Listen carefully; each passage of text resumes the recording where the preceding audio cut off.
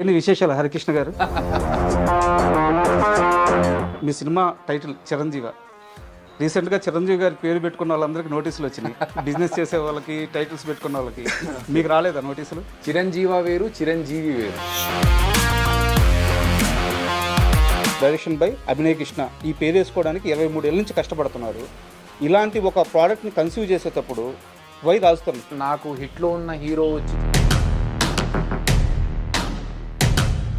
Cinema షూట్కి వెళ్ళే టయానికి రాజ్ తరుణ్ లైఫ్లో చాలా జరిగిపోయాయి. కరెక్ట్. అలాంటి సిచ్యువేషన్లో ఉన్న ఒక మనిషితో మీరు షూటింగ్ ఎలా చేయించుకోగలిగారు? మీరు అన్నది నేను కూడా పర్సనల్గా చూశాను. ఏంటి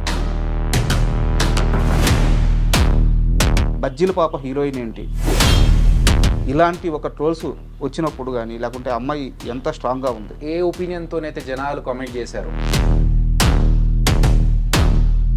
బండ్ల గణేష్ గారు మాట్లాడుతూ అల్లు అరవింద్ అసలు ఏమీ చేయడు, క్రెడిట్ మొత్తం ఆయన జేబులో వేసేసుకుంటాడు, ఓకే సక్సెస్ వస్తే మాత్రం ఆయన జేబులో పడిపోద్ది, రాజా లైఫ్ అది ఇది అని చెప్పి మాట్లాడారు. మీరు అరవింద్ గారిని కలిశారు, బండ్ల గణేష్ గారి మాటలతో మీరు ఏకీభవిస్తారా? Good question.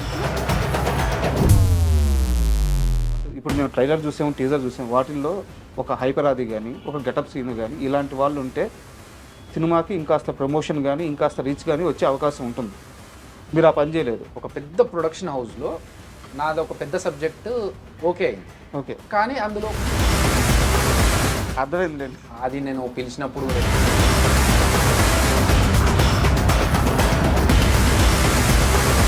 వీళ్ళు ఖచ్చితంగా నా మనుషులే కదా, వచ్చి హెల్ప్ చేస్తారు కదా, నాతో కష్టంలో పాలు పంచుకుంటారు కదా అనుకున్న వాళ్ళు ఈ రెమ్యునరేషన్ అయితే నేను చేయను మాట్లాడితే తప్పకుండా అది అన్నారు.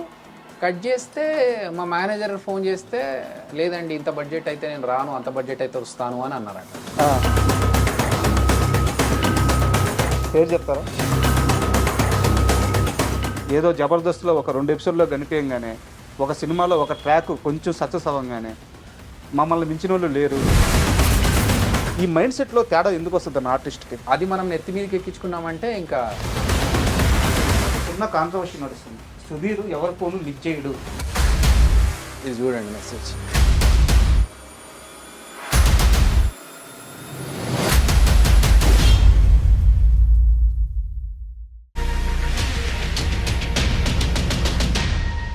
Hi, welcome to my show. Jabardasth అందరికీ అమ్మ లాంటిది అంటారు. అయితే అదే జబర్దస్త్లో ఓ గురువు ఉన్నాడు. ఎంతోమంది శిష్యుల్ని ఈరోజు ఓ పెద్ద స్థాయిలో నిలబెట్టి తను ఆ జబర్దస్త్ వదిలేసి సినిమా డైరెక్టర్గా ఈ నెల 7వ తేదీ మన ముందుకు రాబోతున్నారు. ఆయన మరెవరో గారు, అభి గారు మనతో ఉన్నారు. ఆయన అడిగి ఆయన తీసిన ఆ చిరంజీవ మూవీ విశేషాలు, సినిమా ఎలా వచ్చింది, ఆ జర్నీ గురించి తెలుసుకున్నాం. హాయ్ అభి గారు, నమస్తే. హాయ్ రాజా గారు, హౌ ఆర్ యు? ఎలా ఉన్నారు సార్? నేను బాగున్నాను, మీరు ఎలా ఉన్నారు? Good sir. First of all మీ సినిమా టైటిల్ చిరంజీవ. రీసెంట్గా చిరంజీవి గారి పేరు పెట్టుకున్న వాళ్ళందరికీ నోటీసులు వచ్చినాయి. బిజినెస్ చేసే వాళ్ళకి, టైటిల్స్ పెట్టుకున్న వాళ్ళకి. మీకు రాలేదా నోటీసులు? చిరంజీవ వేరు, చిరంజీవి వేరు. ఓకే. సో ఆ చిన్న డిఫరెన్స్ తెలిస్తే మనకు ఈ సమస్య ఉండదు. సో యాక్చువల్గా చిరంజీవి అంటే మీకు తెలిసినట్టుగా ఎక్కువ కాలం అంటే చావు లేకుండా ఉండే మృత్యుంజయుడు. అవును. చిరంజీవి అంటే ఒక మనిషిని ఆశీర్వదిస్తున్నప్పుడు అనే మాట. సో మన సినిమా ఏంటంటే ఒక వరం పొందిన ఒక హీరో, ఓకే, అతని గురించి సబ్జెక్టు. ఫస్ట్ వేరే టైటిల్ అనుకున్నాం, కానీ ఒక హీరోకి యముడి ద్వారా ఒక వరం వచ్చింది అన్నప్పుడు ఏం పెడితే బాగుంటుంది టైటిల్ అనుకుంటే అన్ని యమగోళ, యమ దొంగ ఇవన్నీ వచ్చేసాయి, యమలీల ఇవన్నీ వచ్చాయి కదా. అలా కాకుండా ఇంకేదైనా వేరే పెట్టాలి. ప్లస్ ఆ సినిమాలాగా లేదు మనది, యముడికి మూడు, యమ దొంగ ఆ టైప్లో ఉండదు మనది, యమలీల ఆ టైప్లో ఉండదు. కాబట్టి ఇంకేం చేస్తే బెటర్ అని ఆలోచిస్తున్నప్పుడు okay he's a blessed kid కదా, సో దానికి తగ్గట్టుగా అనుకుంటే చిరంజీవ అయితే బాగుంటుంది అని అలా టైటిల్ సెట్ చేసుకోవడం జరిగింది. అంతే తప్ప చిరంజీవి గారి పేరుని మిస్యూజ్ చేయడం కానీ, ఆయన పేరుని వాడుకొని ఏదో అడ్వాంటేజ్ తీసుకోవడం అనేది కాదు.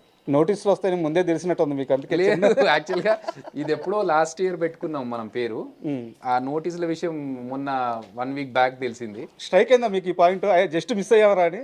లేదండి, అంటే టోటల్గా డిఫరెంట్. ప్లస్ చిరంజీవి గారికి కూడా నేను చెప్పాను, ఓకే సార్ ఈ సినిమా పేరు చిరంజీవి అని పెట్టుకున్నాను సార్, ఇది కాన్సెప్ట్ అని చెప్తే ఆయన చాలా కొత్త కాన్సెప్ట్ అయ్యా, బాగుంది, నువ్వు చేయగలవు అవి అని చెప్పి ఆయన అప్రిషియేట్ చేశారు. ఓకే. సో అలాంటిది ఏదైనా ఉంటే అక్కడ నుంచి బయటకు రాగానే పక్కనే నోటీసులు వచ్చే పక్క పంపియండి రైట్ అని. సో ఇది మనది చిరంజీవి కాదు చిరంజీవా. పైగా అంటే చాలా మందితో ట్రావెల్ కొంచెం ఉంది సార్, పరిచయాలు ఉన్నాయి. చాలామంది చెప్పేది ఏంటంటే ముఖ్యంగా మీలాంటి అంటే ఒక జబర్దస్త్ లాంటి ఒక స్టేజ్ నుంచి అంచెలంచెలుగా ఎదుగుతూ వచ్చిన మీ బ్యాచ్ ఏదైతే ఉందో ఆయనకి భయంకరం ఇష్టం అంట చిరంజీవి గారు. చాలా ఇష్టం అండి చిరంజీవి గారికి జబర్దస్త్ అంటే ఎంత ఇష్టం అంటే ఉమ్, ఆల్మోస్ట్ ఇప్పటికీ నేనైతే ఒక 10-15 సార్లు పర్సనల్గా వెళ్ళి కలిశాను. ఉమ్, బట్ మా జబర్దస్త్ టీం అందరినీ పిలుచుకొని మరి ఆయన ఒకసారి ఇంట్లో అందరినీ పిలిచి కలుసుకున్నారు. ఆయనకు పద్మ విభూషణ్ వచ్చినప్పుడు కూడా చాలామంది మా జబర్దస్త్ నుంచి వెళ్ళి ఆయన్ని, నేను పర్సనల్గా వెళ్ళాను అది వేరే విషయం, కానీ మా టీం అందరూ కలిసి వెళ్ళి ఆయనని విష్ చేసి అంటే అందరికీ టైం ఇచ్చారు. ఉమ్, సో అంతేకాకుండా జబర్దస్త్లో ఉన్న చాలామంది సినిమాల్లో, ఆయన సినిమాల్లో కూడా చేయడం జరిగింది. ఆయన బాగా ఎంజాయ్ చేశారు షో. అంటే ప్రతి ఒక్క ఆర్టిస్ట్ని పేరు పెట్టి పిలిచారు, అది మాకు చాలా హ్యాపీ అనిపించింది. సూపర్ కదా కదా. ఈవెన్ మా గడ్డం నవీన్, జబర్దస్త్లో చేసిన గడ్డం నవీన్ ఒకసారి మేము సైరా సినిమా రిలీజ్ అయినాక వెళ్ళి కలవడానికి వెళ్తే, ఏం నవీన్ నీకు ధృవ సినిమా కంటే కొంచెం పెద్ద క్యారెక్టర్ పడ్డదా అని అడిగారు ఆయన. అంటే అంత గుర్తు పెట్టుకున్నారు. అంతకుముందు సైరా నరసింహారెడ్డి, ధృవ రెండు సురేందర్ రెడ్డి గారు చేసిన సినిమాలే కదా. సో ఆయన అది గుర్తు పెట్టుకొని మరి అడిగి, నువ్వు మా సినిమాలో చేయడం వల్ల మాకు చాలా ప్లస్ అయిందా అని చిన్న సైటైర్ వేసి, అది అసలు పేర్లు గుర్తుపెట్టుకొని చెప్పడం అనేది చాలా హ్యాపీనెస్. ఒక నటుడికి ఇంకేం కావాలండి, చిరంజీవి గారి నోటి నుంచి ఆ పేరు రావడం అనేది. మూవీ ఎలా వచ్చింది అందుకే?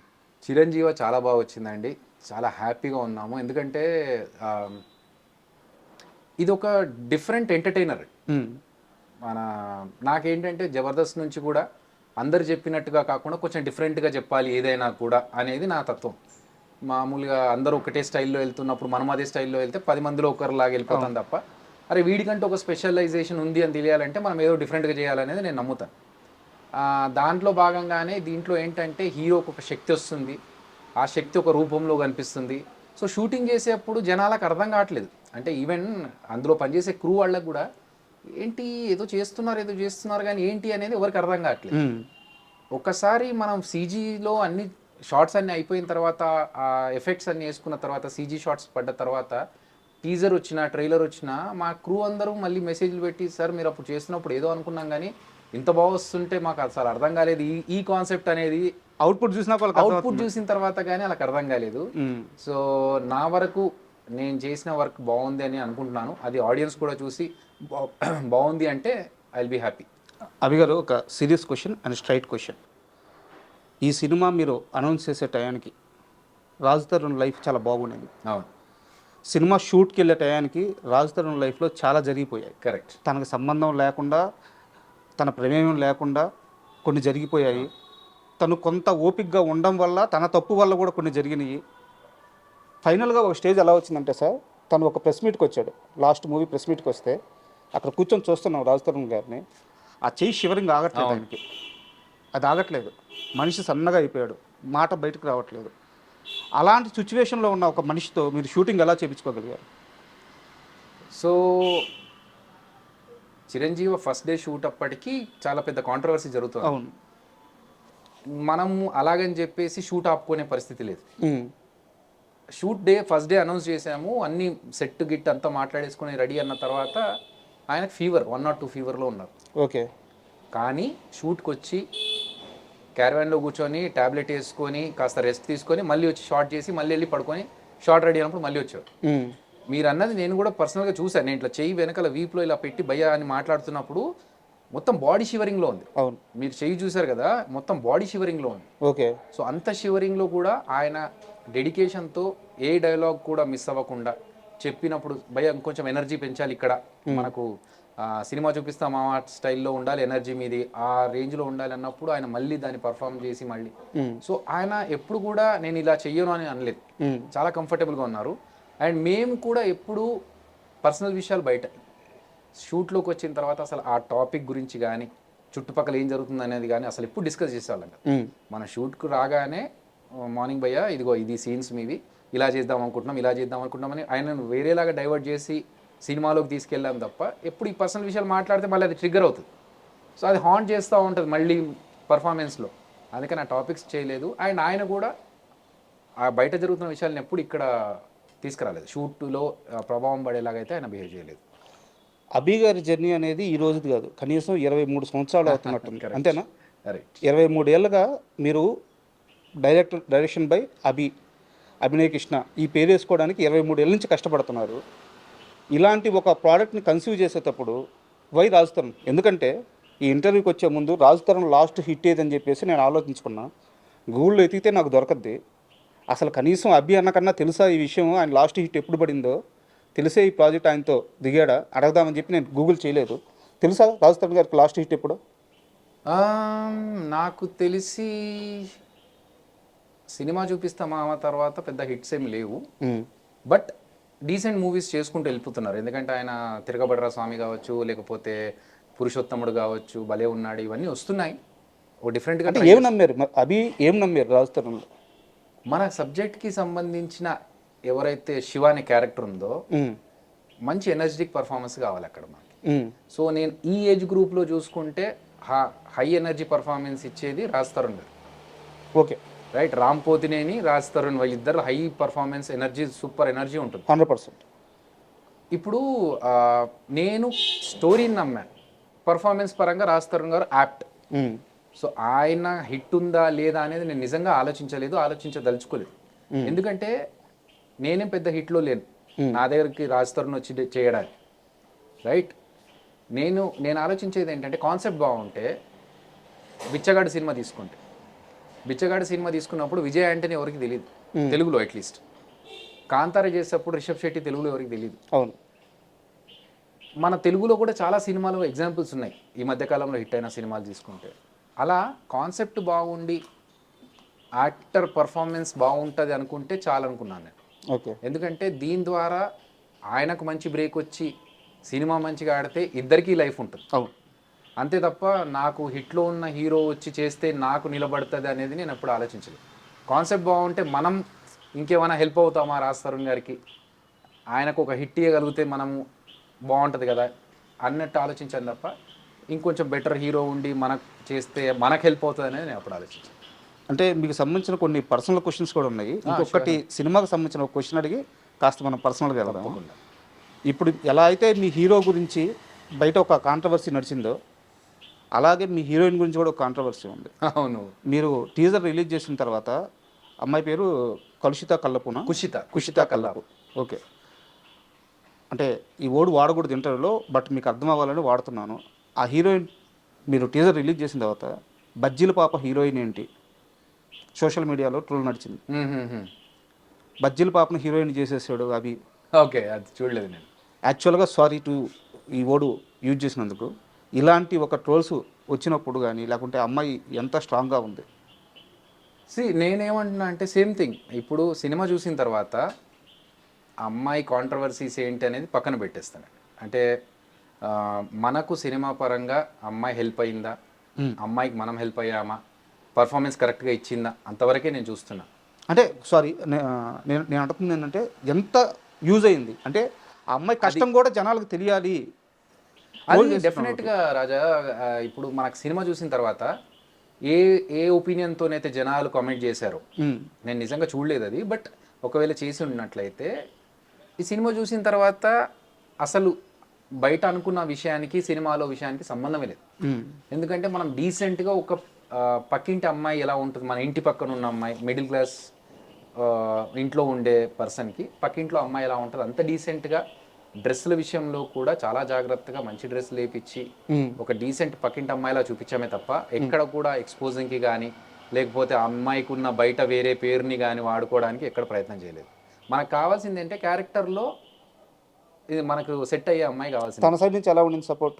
తన సైడ్ నుంచి కూడా చాలా మంచి సపోర్ట్ ఉందండి. అంటే అమ్మాయి ఎప్పుడు కూడా షూటింగ్ దగ్గర కానీ ఎక్కడ ఎలాంటి ప్రాబ్లమ్స్ చేయలేదు.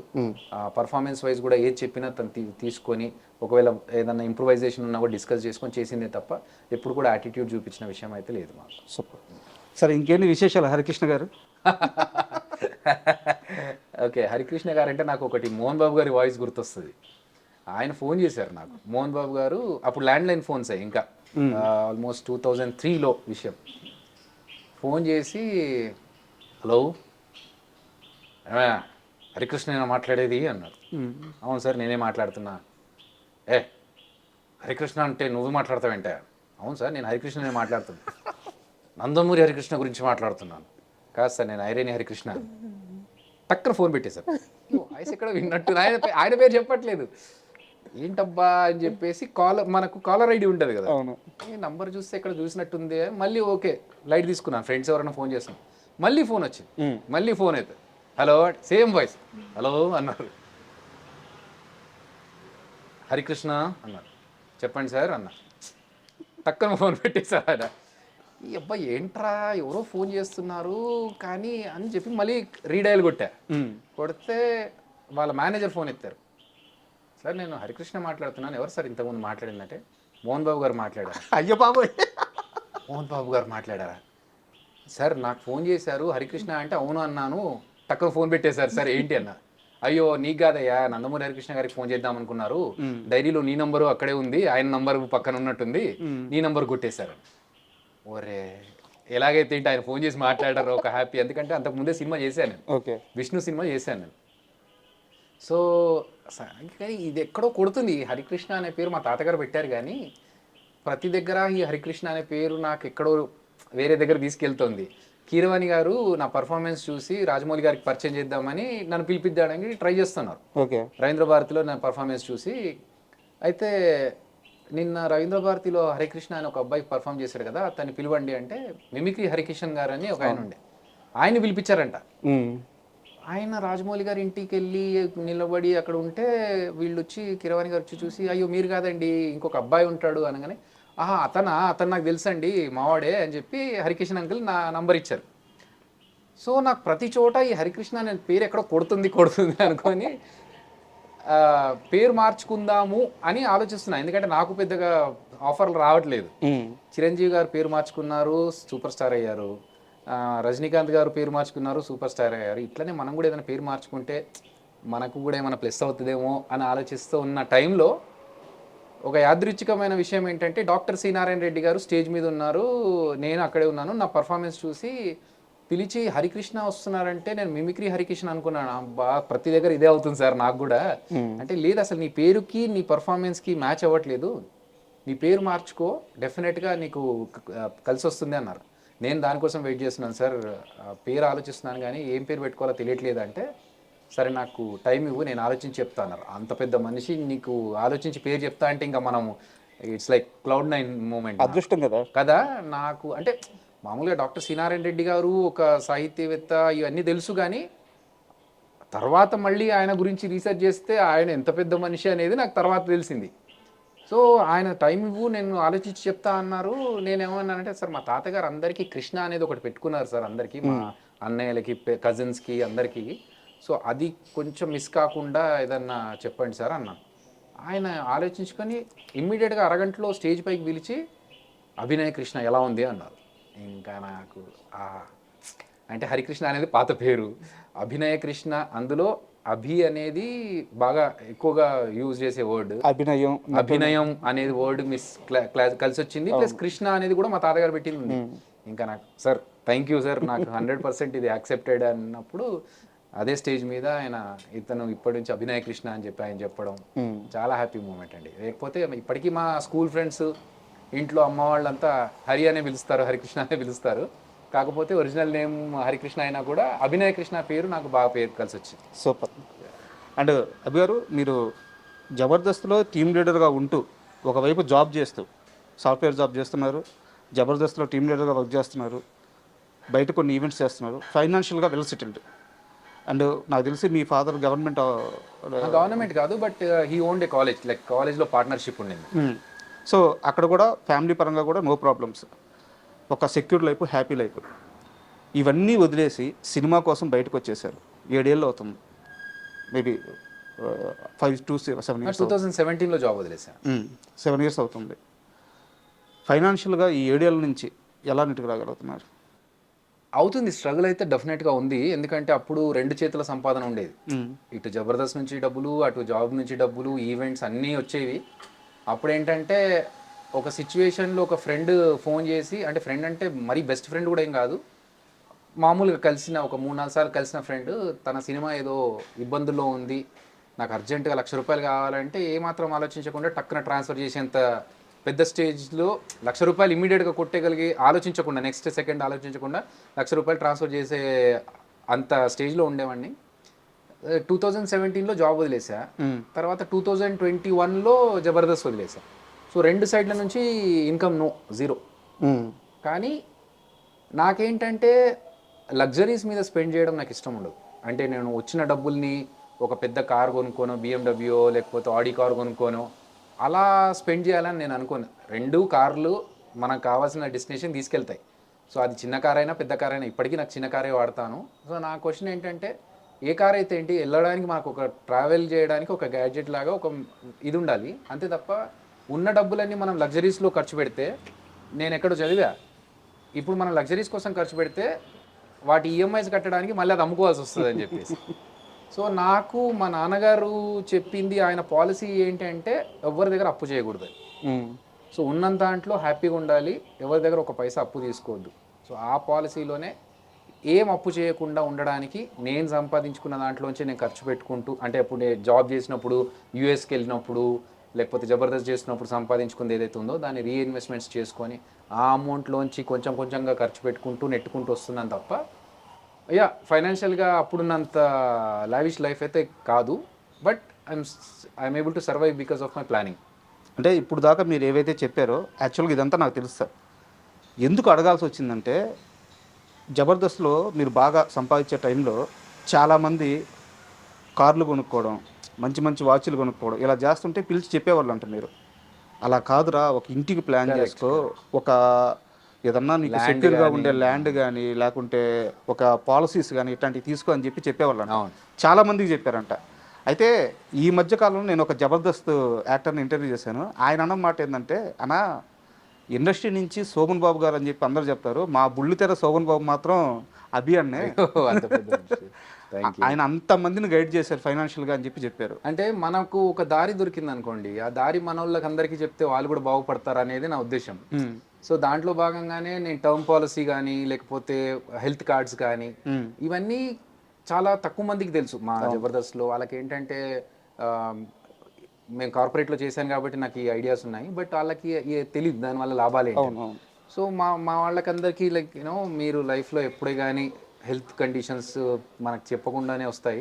సో అలాంటి టైంలో హెల్త్ కార్డ్ అనేది పెట్టుకోండి, టర్మ్ పాలసీ అనేది మనకు చాలా యూజ్ అవుతుంది, అలా తీసుకోండి. ప్లస్ ఈ లగ్జరీస్ మీద ఖర్చులు పెట్టకండి, డబ్బులు సేవ్ చేసుకొని ఇల్లు కట్టుకుంటే. నేను జబర్దస్త్ రాకముందే ఇల్లు కట్టేసుకున్నాను, ఐ మీన్ నేను జాబ్ చేస్తున్నప్పుడే ఇల్లు తీసుకున్నాను. సో నేను నాకున్న ఎక్స్పీరియన్స్ని షేర్ చేసుకున్నాను వాళ్ళకి ఏదైతే యూజ్ అవుతుందో అని చెప్పి. అన్నా ఇది మీ క్లోజ్ సర్కిల్లో ఒక పీపుల్ నుంచి తెలిసింది, నన్ను పేరు అడగొద్దు, ఓకే, నిజమా అబద్ధమా మాత్రం చెప్పండి. 100% నిజం నేను అనుకోవట్లేదు, బట్ తెలిసింది. జబర్దస్త్లో ఒక స్కిట్ విషయంలో ఒక కాంట్రవర్సీ నడిచింది మీ చుట్టూ. ఆ సమయంలో ఆ ఇష్యూ మీకంటే ముందు, అంటే మీరు చెప్పకముందు ఇంట్లోకి వెళ్ళిపోయిందంట. ఇంట్లోకి వెళ్ళిపోయిన తర్వాత మీ ఫ్యామిలీ మెంబర్స్ అవి తప్పు చేయడు, ఒకవేళ అది తప్పని తెలిస్తే ఆపేస్తాడు, కావాలంటే అది వదిలేసుకొని బయటకు వస్తాడు, అది ఎంత పెద్ద ఛాన్స్ అయినా సరే, అభి తప్పు చేయడు అని చెప్పి మీకంటే ముందు బలంగా నమ్మి మిమ్మల్ని సపోర్ట్ చేశారంట. ఇది జరిగిందా ఇంట్లో? అవునండి, జరిగింది. నా పాలసీ కూడా అదే, లైక్ మా ఇంట్లో వాళ్ళు నమ్మినట్టుగానే. నేనేంటంటే ఒకరిని బాధ పెట్టి నేనేదో దాని ద్వారా ప్రయోజనం పొందాలని నేను ఎప్పుడు అనుకోను. ఒక సందర్భంలో ఏం జరిగిందంటే, టీమ్ కావచ్చు, రైటర్స్ కావచ్చు, డైరెక్టర్స్ కావచ్చు, అందరు కలిసి ఇది బాగుంటుంది చేయండి అంటే చేసేసాను. చేసిన తర్వాత అది అవతల వ్యక్తిని చాలా హార్మ్ చేసింది, దానివల్ల అతనికి చాలా డ్యామేజ్ జరిగింది అని తెలిసినప్పుడు నేను ఒకటే అనుకున్నాను, జరిగిపోయింది, నేను సారీ చెప్పా పర్సన్కి, తెలియక చేసినాను, కానీ ఒక టీమ్ లీడర్గా అది నా బాధ్యతే సార్, నేను ఐ యాక్సెప్ట్ మై. ఎవరు చెప్పారన్న సారీ? శ్రీను వైట్ల గారికి. ఓకే. సో నేను చెప్పాను, నా మిస్టేక్ ఉంది, నేను కావాలంటే మీ ఇంటి ముందుకు వచ్చి నిలబడతాను సార్, మీరు లాగి చెంప మీద లాగి కొట్టండి, తప్పు చేశాను కాబట్టి నేను తీసుకుంటాను, మిమ్మల్ని అలా అంటే ఒక స్కిట్ చేశాను, కామెడీ స్కిట్ అని చెప్పి. అది ఆయనను హర్ట్ చేసిన తర్వాత ఇది అంత హర్ట్ అయ్యిందనే విషయం మాకు తర్వాత తెలిసింది. చేస్తున్నప్పుడు అనిపించలేదు, బట్ అయిపోయి టెలికాస్ట్ అయిన తర్వాత దాన్ని కొన్నిసార్లు ఏమవుతుందంటే, మనం ఒక ఫ్లోలో, మీరు రైటర్ కాబట్టి మీకు ఐడియా ఉంటుంది, ఒక ఫ్లోలో ఒకటి చెప్తాము, దాని మధ్యలో ఒక లూప్ కట్ చేశారనుకోండి, అది వేరే విధంగా కన్వే అవుతుంది.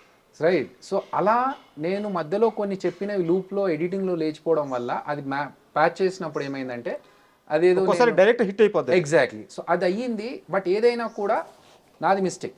ఇప్పుడు 2-3 లెవెల్స్ ఉంటాయండి. ఒకటి నేను స్కిట్ చేయడం, 2 ఎడిటింగ్లో దాన్ని కరెక్ట్ చేసుకోవడం, 3 ఛానల్ నుంచి కానీ లేకపోతే డైరెక్టర్స్ నుంచి కానీ దాన్ని కరెక్షన్స్ చేసుకోవడం. ఈ 3 లెవెల్స్ దాటి వెళ్ళింది అన్నప్పుడు నేనేమనుకుంటాను, ఓకే యాక్సెప్టబులే అని అనుకుంటాను. కానీ అది నిజంగా ఆయనని హర్ట్ చేసిన విషయం నాకు చాలా బాధ అనిపించింది. అలా చేయొద్దు. ఎందుకంటే నేను అప్పటికే ఆయన సినిమాలు ఒక్కొక్కటి 3 సార్లు చూసిన అంత పెద్ద ఫ్యాన్ని నేను. వెంకీ సినిమా కావచ్చు ఇవన్నీ. నేను చెప్పాను, సార్ నాది మిస్టేక్ జరిగింది. ఫోన్ చేశారా? ఫోన్ చేశాను, మాట్లాడి సారీ సార్, నేను అప్పుడు ఇండియాలో లేను, నేను యూఎస్లో ఉన్నా. అక్కడి నుంచి ఫోన్ చేసి మాట్లాడా. ఆయన హర్ట్ అయ్యారని నాకు అర్థమైంది. చెప్పాను, సార్ నేను రాగానే వచ్చి మిమ్మల్ని కలుస్తాను సార్, నా మిస్టేక్ ఉంది, నేను యాక్సెప్ట్ చేస్తున్నాను అని చెప్పి ఆ తర్వాత డిసైడ్ అయిపోయా, నేను ఇంకెవ్వరిని కించపరిచేలాగా కానీ వాళ్ళని అవమానపరిచేలాగా కానీ స్కిట్స్ చేయను. అవసరమైతే మానేసుకుంటాను తప్ప ఇంకొకరిని డీగ్రేడ్ చేస్తున్న స్కిట్స్ అయితే నాకు వద్దు. అది పేలకపోయినా పర్లేదు, ఓకే, ఉన్నంతలో హ్యాపీగా చేసుకుంటూ వెళ్ళిపోతాను. వద్దు అన్న రోజు ఆపేసుకుంటాను, కానీ ఇంకొకరిని మాత్రం ఇన్సల్ట్ చేయడం కానీ కించపరచడం కానీ చేయొద్దని ఫిక్స్ అయిపోయింది. అదే ఆ టైంలో ఇంట్లో చాలా బలంగా నిలబడ్డారంట మీకోసం. వాళ్ళు అంటే నేను ఎప్పుడు ఎవరిని ఏం అనను, అలాంటిది ఇలాంటి వచ్చినప్పుడు అలా మా వాళ్ళు అలా ఉండదేమో, వాడు అలా కాదే అని చెప్పేసి మా వాళ్ళు సపోర్ట్ చేశారు. Yeah, that was a strong support. ఒక వెబ్ సిరీస్ కోసం రాసుకున్న స్టోరీ, 7 ఎపిసోడ్లో 8 ఎపిసోడ్లో ఎంతో ప్లాన్ చేసుకొని ఉంటారు, నిడివి చాలా ఎక్కువ.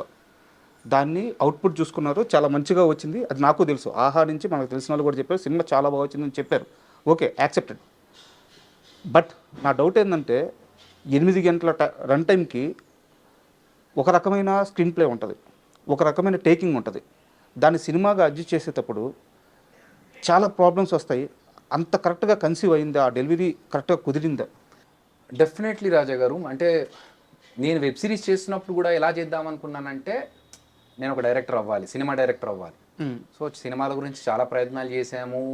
చాలామంది చూడడానికి ఏమనుకుంటారంటే, సినిమా యాక్టర్ అంటే ఈజీలీ డైరెక్టర్ అయిపోవడము. ఇప్పుడు వేణు డైరెక్టర్ అయ్యాడు కాబట్టి బలగంతో, జబర్దస్తులు అందరూ యాక్టర్స్ నుంచి డైరెక్టర్లు అయిపోవడం ఈజీ అనుకుంటున్నారు, కానీ దానికోసం ఎంత స్ట్రగుల్ చేసామనేది ఎవరికి తెలియదు. సో నేను చాలా సబ్జెక్టులతో చాలా డిస్కషన్స్, ప్రొడ్యూసర్స్ని కలవడం ఇవన్నీ జరిగి ఇంకా చివరికి వచ్చినప్పుడు నాకు వెబ్ సిరీస్ది ఈ అవకాశం వచ్చింది. ఈ వెబ్ సిరీస్ చేసినా కూడా నేను దీన్ని ఒక ప్రాపర్ క్వాలిటీతో, ఒక సినిమాకైతే ఎంత డెడికేషన్ పెట్టి చేస్తామో, ఒక థియేట్రికల్ సినిమాకైతే ఎంత కాంట్రిబ్యూట్ చేస్తామో అలాగే ఉండాలి తప్ప ఏదో వెబ్ సిరీస్ కదా, ఓటీటీ కదా అని చెప్పి ఎక్కడ తక్కువ అంచనా వేయకుండా నా 100% పెట్టాను. సో అలా చేస్తున్నప్పుడు ఒక 6 ఎపిసోడ్స్కి తగ్గట్టుగా మనం రాసుకున్నాము. అంత చేసిన దాన్ని మళ్ళీ అవుట్పుట్ చూసిన తర్వాత ఇది బాగుంది, సినిమాలాగా పెట్టుకుందాం అన్నప్పుడు ఇంకా దీని అన్నిటిని ట్రిమ్ చేసుకుంటూ తీసుకొని వచ్చి మళ్ళీ ఒక 2 అవర్స్ సినిమా చేయాలి. It's a big challenge. అవును. కానీ రాక నాకు అవకాశం వచ్చింది. నేను ఇలాగే చేస్తాను, నేను అలాగే చేస్తాను. ఎందుకు? నేను ఇప్పుడు వాళ్ళు అడిగిన రిక్వైర్మెంట్ని నేను ఫుల్ఫిల్ చేస్తేనే కదా నేను ఒక స్పెషల్ పర్సన్ అవుతాను, నేను ఒక డిఫరెంట్ పర్సన్ అవుతాను. లేదు మాకు ఇది కష్టం సార్, ఇది చేయలేము అన్నప్పుడు ఇంకా what is the use of taking Abhi? So నేను దాన్ని ఛాలెంజ్గా తీసుకొని కొన్ని సీన్స్ కట్ చేయడం, లెంత్ తగ్గించడము, కొన్ని క్రిస్ప్ చేయడం, అవన్నీ చేసుకొని 2 అవర్స్ సినిమా చేశాను. కానీ ఏం చేశానంటే, ఈ సీన్స్లో ఏవైతే కట్ అయిపోయాయో ఈ సినిమాలో, చిరంజీవాలో కొంతమంది యాక్టర్స్వి, వీళ్ళందరినీ గుర్తుపెట్టుకొని నేను నెక్స్ట్ కామాఖ్య సినిమా చేస్తున్నాను కదా, దాంట్లో క్యారెక్టర్స్ ఇచ్చాను. ఓకే, ఎవరెవరి సీన్స్ అయితే ఇక్కడ కట్ అయ్యాయో అందులో కొంతమందికి, ఎందుకంటే అందులో కూడా కొంత స్పేసే ఉంది, కొంతమందిని నా నెక్స్ట్ సినిమాలో పెట్టుకున్నాను. మిగతా వాళ్ళు ఎవరు ఉన్నారో నాకు గుర్తుంది, ఎవరెవరైతే సీన్స్ కట్ అయినా వాళ్ళని తీసుకెళ్ళి ఇంకో దాంట్లో పెట్టి. ఈ డిసిషన్ ఎవరిది? అంటే అరవింద్ గారిదే, ఆహా టీమ్దా? ఆహా కంటెంట్ టీమ్. ఓకే, అంటే బాగా వస్తుంది దీని వెబ్ సిరీస్ కంటే సినిమాగా అయితే ఇంకెక్కువ రీచ్ అవుతుంది. రాజ్ తరుణ్ కూడా ఉన్నాడు కాబట్టి, సో సినిమాగా అయితేనే బాగుంటుంది అన్నప్పుడు నాకు కూడా అలాగైతే నాకు కూడా అడ్వాంటేజ్ అనిపించింది. ఎందుకంటే వెబ్ సిరీస్ లాగా పెట్టి చేసే కంటే సినిమా అయితే నాకు ఇంకొక బెనిఫిట్ కూడా అనిపించి నేను ఛాలెంజ్గా తీసుకున్నాను. అరవింద్ గారిని కలిసారా? కలిసాం. 2-3 రోజుల్లో సినిమా రిలీజ్. అవునవును. యాక్చువల్గా ఆయనకు ఫస్ట్ టైం స్టోరీ చెప్పడానికి వెళ్ళినప్పుడు కలిసాము. ఓకే, తర్వాత ఆహా నుంచి అప్డేట్స్ వెళ్తా ఉన్నాయి, కానీ పర్సనల్గా కలవలేదు. సినిమా ఇప్పుడు రిలీజ్ కదా, అప్పుడు వెళ్ళి కలుస్తాను. స్టోరీ చెప్పడానికి వెళ్ళినప్పుడు ఎలా ఉండింది అన్నారు? చాలా ఎంజాయ్ చేశారు. ఆయన 20 minutes టైం ఇచ్చారు. 20 minutesలో ఆయన విని చాలా హ్యాపీగా ఫీల్ అయ్యి ఒక 15 నిమిషాలు పక్క రూమ్లో కూర్చున్నాము. వచ్చి ఆహా టీం శ్రావణి గారు వచ్చేసి, నచ్చిందండి అరవింద్ గారికి, వీఆర్ ప్రొసీడింగ్ విత్ ఇట్ అన్నారు. అదిరే అభి అంటే సామాన్యమైన వ్యక్తి కాదు. ఎందుకంటే ఒక మనిషిని ఒక్కసారి చూసిన తర్వాత వాళ్ళు టాలెంట్ ఉందా లేదా, మనకు పనికొస్తారా పనికిరాడా, ఏ ఫీల్డ్కి సరిపోతాడు, ఇవన్నీ అంచనా వేయగలరు.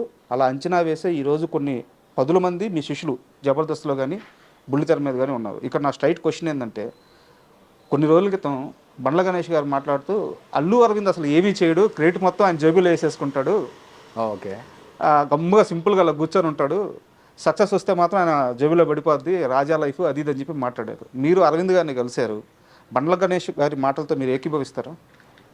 అసలు ఫస్ట్ ఆఫ్ ఆల్ ఆయన అన్న విషయం నాకు తెలీదు, కానీ మేము అరవింద్ గారిని కలిసిన దాని ప్రకారం అయితే ఆయన చాలా వెల్కమింగ్గా ఉన్నారు. అంటే నేను ఇంతకుముందే చెప్పా, చాలా స్ట్రగుల్ చేస్తే నాకు వచ్చిన ఆపర్చునిటీ ఇది. అలా అనుకుంటే ఆయన నాకు ఈ సబ్జెక్ట్ ఇవ్వాల్సింది కాదు. ఒకవేళ మీరు అన్న ప్రకారం ఆలోచించి, గణేష్ గారు అన్న ప్రకారం ఆలోచించి ఉంటే ఎందుకు అతనితో వెళ్ళడము, ఎవరో తెలిసిన డైరెక్టర్ని పెట్టుకొని చేసుకోవచ్చుగా, ఆల్రెడీ చేసిన సినిమాలు డైరెక్ట్ చేసిన అతనితో వెళ్ళొచ్చు కదా, ఈ అబ్బాయితోనే ఎందుకు అని కూడా అడగొచ్చు. కానీ అభి డైరెక్ట్ చేస్తున్నాడు. నిజంగా చెప్పాలంటే నన్ను ఆయన గుర్తుపట్టలేదు. ఓకే, జబర్దస్త్ అదిరే అభిని గుర్తుపట్టలేదు. ఎలా గుర్తుపట్ట? నేను వెళ్ళాను, మామూలుగా వెళ్ళాను, నమస్తే సార్ నా పేరు అభినయ కృష్ణ అంటే ఓకే అమ్మ కూర్చో అన్నారు. శ్రావణి గారు అంతా సబ్జెక్ట్ గురించి చెప్పమన్నారు, మేము నరేష్ని ఇచ్చాం, బయటకు వచ్చాను అంతే తప్ప నేను జబర్దస్త్లో చూశానమ్మా నిన్ను ఏం లేవు. సో ఆయన నన్ను గుర్తుపట్టలేదు అనే విషయం నాకు అర్థమైంది. సో ఒక అభి అనే పర్సన్ వచ్చాడు, నరేష్ని ఇచ్చాడు, కొత్తతను ఫస్ట్ టైం సినిమా చేస్తున్నాడు అని చెప్పి ఆయన మనకు అవకాశం ఇచ్చారు అప్పుడు. అంతే తప్ప ఇతను జబర్దస్త్ చేశాడు, ఇతనికి టైమింగ్ సెన్స్ ఉంది, లేకపోతే కామెడీ పంచ్లు బాగా ఇస్తాడు, ఇట్లాంటివి కన్సిడర్ చేసేయలే. మంచి కథ ఉంటే ఆహాలో అంత ఈజీ, అదే జరిగింది. మంచి అట్లా అని చెప్పి ఈజీ యాక్సెస్ అని కాదు, it has to go from one stage to another stage. మనం ఫస్ట్ లైన్ చెప్పాము, తర్వాత డెవలప్ మంచి కథ ఉంటే ఎగ్జాక్ట్లీ. సో నేను అంతకుముందు నేను కూడా వేరే కథలు చెప్పాను, అవి నచ్చలేదు వాళ్ళకి. ఒక 4-5 కథలు చెప్పిన తర్వాత ఇది కాదు అన్న తర్వాత పట్టు వదలని విక్రమార్కుల్లా నేను ఇంకో కథ రెడీ చేసుకొని ఇది లైన్ అండి మీరు ఓకే అంటే నేను డెవలప్ చేస్తానంటే ఇది బాగుంది గోయడ్ అంటే మళ్ళీ దాన్ని నేను ఇంకొక అతనితో డెవలప్ చేయించి నేను కొంచెం దాంట్లో అప్డేట్ చేసుకొని అన్నీ చేసి ఒక 4-5 లెవెల్స్ దాటినాక అప్పుడు అరవింద్ గారి దగ్గరికి వెళ్ళాను. సో అరవింద్ గారు ఎప్పుడు అంటే మీరు అన్న ప్రకారం, గణేష్ గారు అన్న ప్రకారం అనుకుంటే మాత్రం నాకు అవకాశం రాకూడదు. బట్ ఆయన ఛాన్స్ ఇచ్చారు. అండ్ నాకు కూడా తెలిసిన విషయం అంటే నేను పర్సనల్గా ఆయనతో ఎక్కువ ర్యాపు లేదు నాకు అరవింద్ గారితో, కానీ మిగతా వాళ్ళు కూడా చెప్పింది ఏంటంటే సినిమా కోసం ఆయన కొంచెం లీనియన్స్ ఇస్తారు, ఇది ఇంత బడ్జెట్లోనే చెయ్యాలి అని వేరే వాళ్ళు అన్నా కూడా కాదండి కొన్నిసార్లు బడ్జెట్ కాదు సినిమాని ప్రేమించి కొన్నిసార్లు చేయాల్సి వస్తుంది అని చెప్పి ఆయన అంటారని నాకు తెలిసింది. మీరు మీ క్వశ్చన్ అడిగిన తర్వాత నేను కనుక్కోలేదు, నాకు ఫస్టే వచ్చిన ఇన్ఫర్మేషన్. సో సినిమా మీద ప్రేమ ఉంది కాబట్టి ఆయన ఇన్ని సంవత్సరాల నుంచి ఉన్నారు. అన్నా మీకు బడ్జెట్ ఎంత ఇచ్చారు, ఎంతలో కంప్లీట్ చేశారు? Good question. ఇది ప్రొడ్యూసర్స్ని అడగాలి క్వశ్చన్, ఎందుకంటే కొన్ని విషయాలు బయటకు చెప్పకూడదు. బట్ నాకు చాలా లిమిటెడ్ బడ్జెట్ ఇచ్చారు. ఆ బడ్జెట్లోనే కరెక్ట్గా with in mentioned budget with in the mentioned time line నేను ఫినిష్ చేశాను. అది నా సక్సెస్. థియేటర్లోకి వచ్చి ఆర్ ఓటీటీలోకి వచ్చి జనాలు చూసిన తర్వాత వచ్చేది నాకు డెఫినెట్గా ఆశీర్వాదము. కానీ నాకు నేనుగా సంతోషపడ్డ విషయం ఏంటంటే నాకు చెప్పిన బడ్జెట్లో చాలా లిమిటెడ్ బడ్జెట్, ఆ చెప్పిన బడ్జెట్లో చెప్పిన టైం లైన్స్లో నేను ఒక కార్పొరేట్ స్టైల్లో వర్క్ చేసుకొని దానికి ఒక డెలివరబుల్స్ ఉంటాయి మనకు కార్పొరేట్ సిస్టంలో, ఎవ్రీడే స్టేటస్ కాల్ డెలివరబుల్స్ ఇవన్నీ ఉంటాయి. అది ఇక్కడ ఇంప్లిమెంట్ చేసుకొని మనకున్న బడ్జెట్లో మనకున్న నెంబర్ ఆఫ్ డేస్ ఎంత, ఎక్కడ ఈ షార్ట్ ఇక్కడ మిస్ అయితే మనం ఇంకొక దగ్గర ఎక్కడ పెట్టుకోవచ్చు అని అనుకున్న టైంలో ఫినిష్ చేసి ఇచ్చిన బడ్జెట్లో అయింది. ఇచ్చిన బడ్జెట్. మీరు సినిమా తీస్తున్నారు, మీకు అందుబాటులో ఉన్న లేదా ఆ కథ డిమాండ్ చేసిన నటులను పెట్టుకున్నారు. బట్ ఇప్పుడు మేము ట్రైలర్ చూసాము, టీజర్ చూసాము, వాటిల్లో ఒక హైపరాది కానీ ఒక గెటప్ సీన్ కానీ ఇలాంటి వాళ్ళు ఉంటే ఇంకాస్త సినిమాకి ఇంకాస్త ప్రమోషన్ కానీ ఇంకాస్త రీచ్ కానీ వచ్చే అవకాశం ఉంటుంది. బట్ మీరు ఈ ప్రశ్నకి ఏం సమాధానం చెప్పారంటే అలాంటి క్యారెక్టర్స్ లేవు, అందుకని నేను పెట్టలేదు అని చెప్పారు. క్యారెక్టర్స్ చిన్న క్యారెక్టర్స్ ఉన్నాయి అన్న. ఇంకో సీరియస్ డౌట్ వచ్చేసి, ఇంత కష్టపడి సినిమాని చేస్తున్నప్పుడు వాళ్ళిద్దరు ఒక 2 సీన్లోనో ఒక సీన్లో కనిపించే ఒక చిన్న ట్రాక్ పెట్టుకోవడానికి మీలాంటి రైటర్కి పెద్ద కష్టమేం కాకపోవచ్చు, మీరు ఆ పని చేయలేదు. అండ్ ఇంకో క్వశ్చన్, కంటిన్యూటీ క్వశ్చన్, సినిమా ఇంకో 3 రోజుల్లో స్ట్రీమింగ్ కాబోతుంది. అసలు ఈరోజు తీసేస్తే ఇంక 2 రోజులే, ఒక్కరోజు గట్టిగా మాట్లాడారు. మీరు అప్పుడు మాట్లాడేటప్పుడు ఏం చెప్పారంటే శ్రీనితో కానీ ఆదితో కానీ ప్రమోషనల్ వీడియోస్ చేస్తాను అని చెప్పారు. ఇప్పటికీ రాలేదు. ఉంది యాక్చువల్గా ప్లాన్ 6th ఉంది. సో ఆది మా జర్మనీ వెళ్ళాడు. ఓకే, నిన్న వచ్చినట్టున్నాడు, but he's in Germany. Already మేము ప్లాన్ చేసుకున్నాము అన్న, నేను జర్మనీ నుంచి రాగానే ఫస్ట్ ఇమీడియట్గా అదే చేద్దామన్నా అన్నాడు. నిన్న కూడా మాట్లాడాను, 6th రోజు చేద్దామని ఫిక్స్ అయ్యాము. రాస్తారు నేను ఆది కలిసి చేయబోతున్నాం అది. సో అది ఉంది, ప్లాన్లో ఉంది. అండ్ ఆది ఎప్పుడు కూడా నేను అడిగినప్పుడు నో చెప్పలేదు. అలాగని చెప్పేసి మనం అది అడ్వాంటేజ్గా తీసుకోకూడదు అనేది నా ఒపీనియన్. ఆ గౌరవం ఉందా? అది 100% ఉంది. నాకు ఇంకొక విషయం చెప్తా, ఒక పేర్లు చెప్పను, ఒక పెద్ద ప్రొడక్షన్ హౌస్లో నాది ఒక పెద్ద సబ్జెక్టు ఓకే అయింది. ఓకే. కానీ అందులో కొంతమంది మారిపోయారు స్టాఫ్. ఒక హిందీలో ఒక పెద్ద హీరో సైడ్ నుంచి మనకు అప్రూవల్ కూడా వచ్చే ఛాన్సెస్ ఉన్నాయి. అది ఓకే కావాలంటే నాకు ఇక్కడ ఈ ప్రొడక్షన్ హౌస్ నుంచి సపోర్ట్ కావాలి.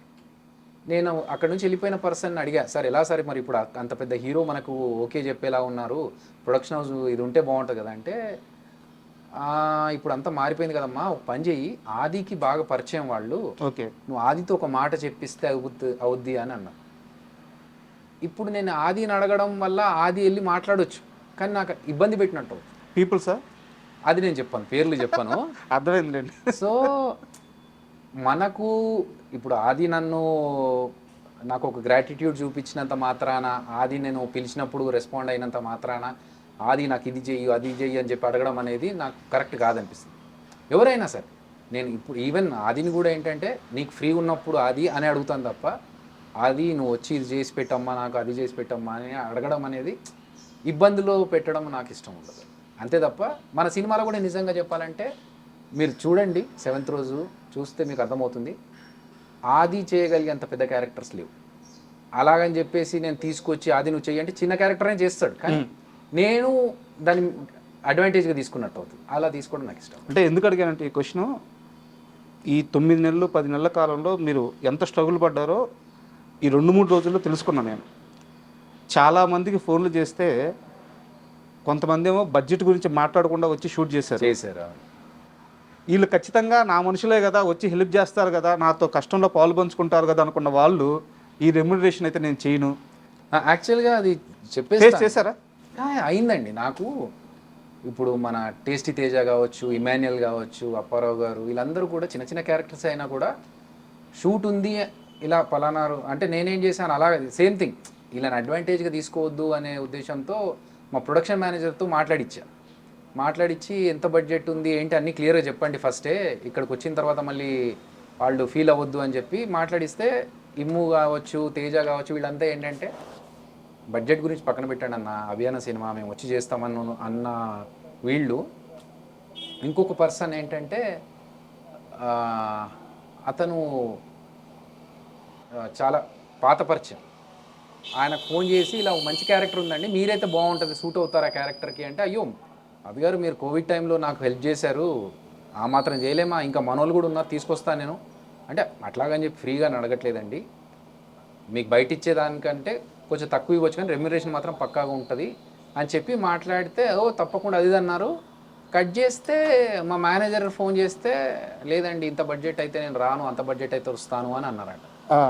నాకు నమ్మబుద్ధి కాలేదు. అరే ఉండదే, అలా ఆయన మొన్న నాతో మాట్లాడినప్పుడు ఇవన్నీ కాదే, నేను ఇంకో కొంతమందిని తీసుకొస్తాను మన కోసం హెల్ప్ చేసే వాళ్ళని సపోర్ట్ చేసే వాళ్ళని అన్నారని చెప్పి మా డైరెక్షన్ డిపార్ట్మెంట్ పర్సన్కి మా ఫ్రెండ్కి చెప్పి ఒకసారి కనుక్కో, ఎందుకంటే మధ్య మధ్యలో వీళ్ళు ఏమన్నా మిడిల్ మ్యాన్ వీళ్ళు మేనేజర్స్ కానీ వీళ్ళు ఏమన్నా కొంచెం వాళ్ళ పర్సన్స్ని పెట్టడానికి చేస్తూ ఉంటారు కదా, అలాంటిది ఏమైనా ఉందా, లేకపోతే మనం రాంగ్ విన్నామా, అతను రాంగ్ పర్సనా తెలుసుకో అంటే, అతను ఫోన్ చేసి అన్న అతను అదే అంటున్నాడు, బడ్జెట్ ఇంత అయితే తప్పరా అని అంటున్నాడా.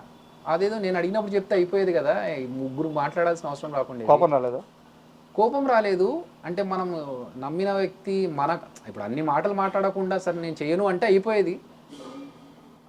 ఓకే అనుకున్నాను అంతే. ఓహో ఓకే ఇలా కూడా ఉంటారా మనుషులు. పేరు చెప్తారా? పేరు వద్దులేండి, ఎందుకు ఆయనకు ఎందుకు డ్యామేజ్ అవుతుంది. కానీ జబర్దస్త్ రిలేటెడ్ పర్సన్ కాదు, బయట పర్సన్. సో అంటే ఓకే ఆయన రిక్వైర్మెంట్స్ ఏమున్నాయో మనకు తెలియదు. బట్ ఈ ముసుగులో గుద్దులాటలు ఎందుకు? ఫస్ట్ నేను చేసినప్పుడు అయ్యో మీరు నాకు అప్పుడు హెల్ప్ చేసి, నాకు నిజంగా గుర్తులేదు నేను ఎప్పుడు హెల్ప్ చేశాను అనే విషయం, మీరు అప్పుడు అలా చేశారు నాకు, నేను తప్పకుండా రుణం తీర్చుకుంటాను, అది ఇదన్న మాట్లాడాల్సిన అవసరం లేదు. డైరెక్ట్గా నాకు కుదరదు సార్, నేను షూటింగ్లో బిజీ ఉన్నా అంటే నాకు అయిపోతుండే. But okay. అయితే ఈ పీరియడ్లో మీకు మనుషుల చాలా అర్థమైపోయింది. ఓహో అంటే ఇప్పటివరకు యాక్టింగ్ చేస్తున్నప్పుడు కానీ జబర్దస్త్లో ఉన్నప్పుడు కానీ నా స్కోప్ అంతవరకే ఉండేది. జబర్దస్త్ రిలేటెడ్ పర్సన్స్తోనే నేను మాట్లాడడం, కలవడము, ప్లస్ నా పని నేను చేసుకొని వెళ్ళిపోవడము, మిగతా విషయాల్లో నేను పెద్దగా పట్టించుకునేవాడిని కాదు. ఎప్పుడైతే ఈ సినిమా విషయాల్లోకి వచ్చి 24 క్రాఫ్ట్స్తో నేను కొలాబరేట్ అయ్యి వర్క్ చేస్తున్నామో, డిఫరెంట్ పర్సన్స్ని కలుస్తున్నామో, కొంతమంది తత్వాలు ఏంటో తెలుస్తున్నాయి, కొంతమంది అంటే ఓకే ఇదే కరెక్ట్ ఏమో అంటే మనం అందరూ మనవాళ్ళు మన కోసం అని చెప్పి మనం ఆలోచిస్తాం, కానీ బయట సమాజం అలాగే ఉంది, అలాగే చేయాలేమో అనేంతగా అర్థమవుతుంది అన్నట్టు సిచ్యువేషన్స్ చూస్తుంటే. బట్ అంటే అందరూ అలా ఉన్నారని మనం మారడం కరెక్ట్ కాదేమో. సరే ఇంక మనం చేయగలిగేది ఏముంది? చేయగలిగేది ఏంటి? అండ్ నాగేశ్వరరావు గారిని మీరు ఇమిటేట్ చేసినట్టు అంటే 100% స్ట్రైక్ రేట్ అంటారు కదా, అలా థ్యాంక్ యూ సో మచ్. ఇక ఎవరు చేయలేరు నాకు తెలిసి. అచ్చు బుద్ధినట్టు దింపేస్తారు. Thank you. ఎప్పుడైనా సరే ఆ విషయంలో నాగార్జున గారు మిమ్మల్ని కలిసినప్పుడు అవి బాగా చేసావు, అవి మరీ కొంచెం ఎక్కువ చేసావు, ఇట్లాంటి కామెంట్స్ ఏమన్నా చెప్పారా? నాగార్జున గారి దగ్గర నుంచి ఎప్పుడు పెద్ద డిస్కషన్ రాలేదు. అంటే నేను కలిసిన ఈ బిగ్ 4 యాక్టర్స్లో తక్కువగా కలిసింది నాగార్జున గారిని. వెంకటేష్ గారిని కలిశాను, ఆయన నేను చూస్తానమ్మా మీ కామెడీ షో అని చెప్పి ఆయన బాగా అప్రిషియేట్ చేశారు. ఓకే. బాలకృష్ణ గారితో మాట్లాడినప్పుడు ఆయన బాగా అప్రిషియేట్ చేశారు. బాలకృష్ణ గారు చూస్తారు జబర్దస్త్? ఆయన ఒకసారి రోజా గారు ఫోన్ చేసి ఒక షో మా జబర్దస్త్లోనే ఒక సెక్షన్ ఉండింది, రోజా గారు ఫోన్ చేసి మాట్లాడి ఇక్కడ మా టీం లీడర్స్ ఉన్నారండి పలకరించండి అంటే అభి బ్రో అన్నారు ఆయన. అక్కడ నుంచి నాకు ఫ్యూజులు ఎగిరిపోయినాయి, అమ్మా నా పేరు తెలుసా ఆయనకి అని చెప్పి. సో వీళ్ళందరూ మాట్లాడిన దానికంటే నాగార్జున గారితో నా ఇంటరాక్షన్ ఎప్పుడు ఇంత ఎక్కువ లేదు. బట్ నా అదృష్టం ఏంటంటే నేను నాగేశ్వరరావు గారి ముందే పర్ఫామ్ చేశాను. సో ఎప్పుడైతే ఆయన ముందు పర్ఫామ్ చేశానో ఆయన నాకు అప్రిషియేట్ చేసి ఒక మొమెంటో ఇచ్చారు. అది నాకు అచీవ్మెంట్. అన్నా ఒక్కసారి నాగేశ్వరరావు గారు అయితే నేను ఒక పని చేస్తా, పర్ఫెక్ట్గా ఈ ఇమిటేషన్లా కాకుండా ఒక సిచ్యువేషన్ చెప్తా మా ఇద్దరి మధ్యలో జరిగింది. నేను అప్పుడు ఇంకా కాలేజ్ చదువుకుంటున్న రోజుల్లో నాగేశ్వరరావు గారు త్యాగరాయ గాన సభకి గెస్ట్గా వచ్చారు. మనకు ఆర్టిస్టు లోపల నుంచి తన్నుకు వస్తూ ఉంటాడు కదా, సో నేను కూడా రెగ్యులర్గా త్యాగరాయ గాన సభకి వెళ్ళేవాడిని. ఏదన్నా నాకు బెనిఫిట్ అవుతుందేమో, అక్కడ ఎవరినన్నా పరిచయాలు పెరుగుతాయేమో అని చెప్పి. సో ఒకసారి వెళ్ళి నాగేశ్వరరావు గారు మంచి ధోతి కట్టుకొని ప్రాపర్గా ఏమంటారు దాన్ని, ఓల్డ్ మూవీస్లో ఒక పెద్దరికం సినిమాలు ఉంటాయి కదా ఆ టైప్లో ఆయన వచ్చారు. చూడంగానే దండం పెట్టుకునే టైప్. సో ఆయన రాగానే నేను కొంచెం అందరినీ పాస్ చేసుకుంటూ ఫ్రంట్ సీట్లో ఉన్న ఆయన దగ్గరికి వెళ్ళి దండం పెట్టుకొని, సార్ మీలాగా ఒక మంచి యాక్టర్ అవ్వాలని నన్ను ఆశీర్వదించండి సార్ అన్న. కాళ్ళు బొక్కి రచ్చబాత్రారా ఆర్టిస్టులు ఎవరబ్బా, ఫ్యూజ్లు ఎగిరిపోయినా నాకు. అరే నేను ఏమన్నాను అనుకున్నాను, కానీ తర్వాత నాకు అర్థమైంది కరెక్టే కదా, కాళ్ళు మొక్కి ఈ మస్కాలు కొట్టడం వల్ల ఆర్టిస్టులు ఎవరు అనేది ఆయన ఇంటెన్షన్ అని చెప్పి. సో అది నాకు బాగా స్ట్రైక్ అయింది. కాళ్ళు మొక్కినంత మాత్రాన ఆర్టిస్టులు ఎవరమ్మా అన్నారు, ఇప్పుడు నేను ఆర్టిస్ట్ అయ్యి ఎలా చూపెట్టాలి అని. నేను ఎప్పుడైతే ఒక స్టేజ్ ఈవెంట్లో యూఎస్లో ఆయన గెస్ట్గా వచ్చారు, నా పర్ఫార్మెన్స్ ఇప్పుడు ఆయన ముందు చేయాలి, ఆయన ఏమంటారో తెలియదు, ఏ పర్ఫార్మెన్స్ అంటాడేమో, నాకు భయం వేసింది. ಅದು ಪರ್ಫಾರ್ಮೆನ್ಸು ఆర్టిస్టు ఏంటి నాకు ఎద్దుకిదత్తా అంటే ఆ భయంతోనే ఫస్ట్ ఆయనకు రిక్వెస్ట్ చేశాను స్టేజ్ మీద నుంచి, సార్ నేను పర్ఫామ్ చేస్తాను, అందులో మీ పర్ఫార్మెన్స్ ఉంటుంది, నాగార్జున గారి పర్ఫార్మెన్స్ ఉంటుంది, మీకు ఒకవేళ ఎక్కడైనా అభ్యంతరం అనిపిస్తే జస్ట్ ఇలా చెయ్యి ఇక్కడ మీరు కూర్చున్న చోటు నుంచి చెయ్యి ఎత్తండి, నేను చూస్తుంటాను, ఆపేస్తాను సార్ అక్కడికే అన్న. ఓకే అన్నీ అన్నారు ఆయన. ఇంకా స్టార్ట్ చేశాను, పర్ఫార్మెన్స్ అంతా అయిపోయి స్టేజ్ మీదకి వచ్చి బాగా చేశారు అన్నారు ఆయన. అమ్మా నాకు పెద్ద అచీవ్మెంట్. ఆయన చేతుల మీదకి వెళ్ళి మొమెంటో తీసుకున్నాను, అది ఇప్పటికీ ఇంట్లో ఉంది, ఆ ఫోటో ఇంట్లో ఉంది. ఆయన చనిపోయినప్పుడు మాత్రం చాలా బాధ అనిపించింది ఆయన భౌతిక కాయం దగ్గరికి వెళ్ళి. ఎందుకంటే జబర్దస్త్లో అభి అనగానే మీరు అన్నట్టుగా నాగేశ్వరరావు గారిని పర్ఫెక్ట్గా ఇమిటేట్ చేస్తాడనే పేరు. సో ఆ పేరు ఇంకా ఆయన చనిపోయిన తర్వాత ఒక డిస్కనెక్ట్ లాగా అనిపించింది. వెళ్ళాను అంతమేత్రకి నాగేశ్వరరావు గారు చనిపోయినప్పుడు, కృష్ణ గారు చనిపోయినప్పుడు, కృష్ణరాజు గారు, ఎందుకంటే ఇంత గొప్ప వ్యక్తుల్ని ఎప్పుడు కలిసి వాళ్ళతో ట్రావెల్ చేసింది లేదు, అట్లీస్ట్ చివరి దర్శనం అన్న చేసుకోవాలని చెప్పి ఐ మేక్ షూర్ వెళ్ళాలి అట్లాంటి సిచ్యువేషన్స్లో అని చెప్పేసి. చాలామంది చిన్న చిన్న ఆర్టిస్టులు ఏదో జబర్దస్త్లో ఒక 2 ఎపిసోడ్లో కనిపించగానే, ఒక సినిమాలో ఒక ట్రాక్ కొంచెం సక్సెస్ అవ్వగానే మమ్మల్ని మించిన వాళ్ళు లేరు, మేము ఎక్కడికి పోవాల్సిన అవసరం లేదు, పెద్దలను గౌరవించాల్సిన అవసరం లేదు, ఇలాంటి ఒక మైండ్ సెట్తో ఉంటారు. మీరేమో మీరు కలిసి యాక్ట్ చేయకపోయినా సరే లెజెండరీస్ ఎప్పుడు లెజెండరీస్ అని చెప్పేసి 100% వాళ్ళని గౌరవించుకున్నారు. ఈ మైండ్ సెట్లో తేడా ఎందుకు వస్తుంది అన్న ఆర్టిస్ట్కి? ఒక మనిషి ప్రాక్టికల్ లైఫ్లో ఉన్నప్పుడు రియాలిటీకి దగ్గరగా ఉంటాడు. అంటే నేను 23 సంవత్సరాల నుంచి ఉన్నాను ఇండస్ట్రీలో. ప్రభాస్ గారితో ఈశ్వర్ సినిమాలో స్టార్ట్ అయినప్పుడు నా జర్నీ.